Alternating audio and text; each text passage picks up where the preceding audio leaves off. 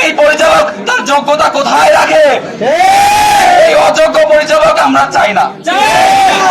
সে তার সসম্মানে এই হসপিটাল থেকে চলে যাক। দীর্ঘ 3 থেকে 4 বছর সে হসপিটালে দাপিয়ে বেরিয়েছে। তার দুর্নীতি, তার অযোগ্যতা প্রমাণ হয়ে গেছে। সে যদি সম্মানের সহিত না চলে যায়, আমরা স্টুডেন্টরা অসম্মান করে তাকে বের করে দেব। আর আমাদের গেট অ্যাক্সেস কন্ট্রোলের জন্য আমি কিন্তু আনসার বসাই দিচ্ছি। হেড আছে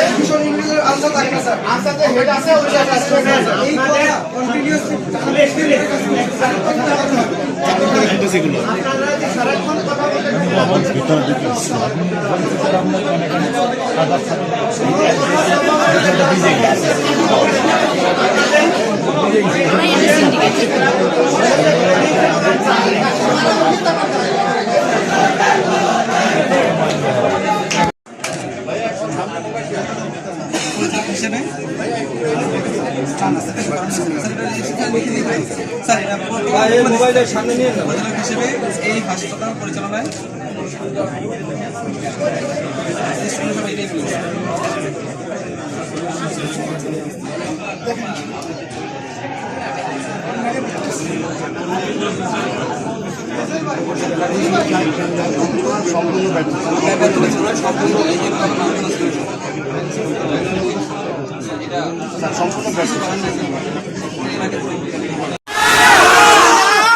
কখনোই না। আমি পরিষদ যে এই হাসপাতালের পরিষেবা দায়িত্ব একদম থেকে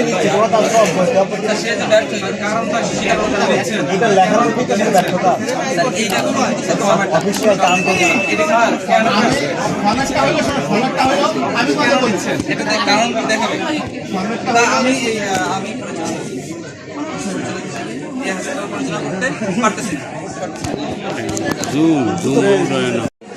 সাড়ে 3 বছর ভালো ছিল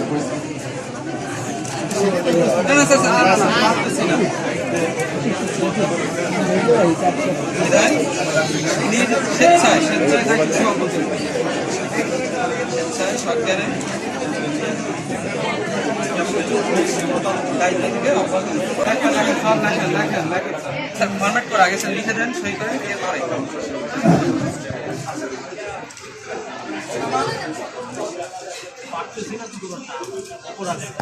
স্যার ওইটা পরে স্যার, এটা পরে ওইটা স্যার পরে, ওইটা টাইমিং আছে পরে দেখাবেন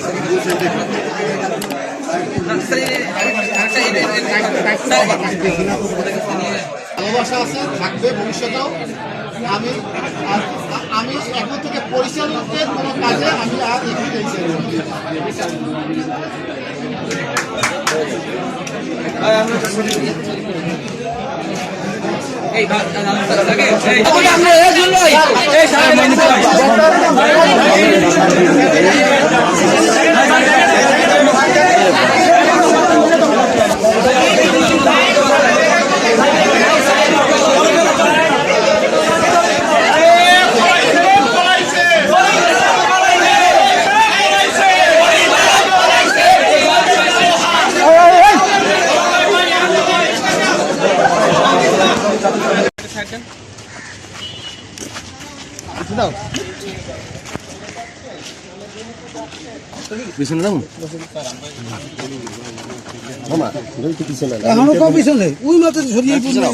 আগে স্যার আমি কি আপনার সাথে আসবো?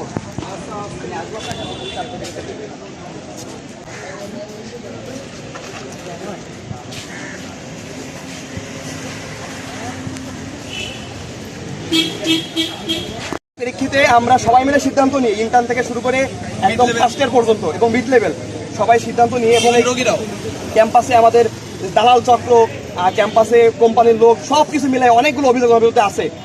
অনৈতিকভাবে টাকা লেনদেন করা, অন্যদেরকে নিয়োগ দেওয়া, টাকার বিনিময়ে নিয়োগ দেওয়া, সব কিছুর প্রেক্ষিতে আপনারা বাংলাদেশের কোনো হসপিটালে এমন অবস্থা দেখবেন না বরিশালের মতো।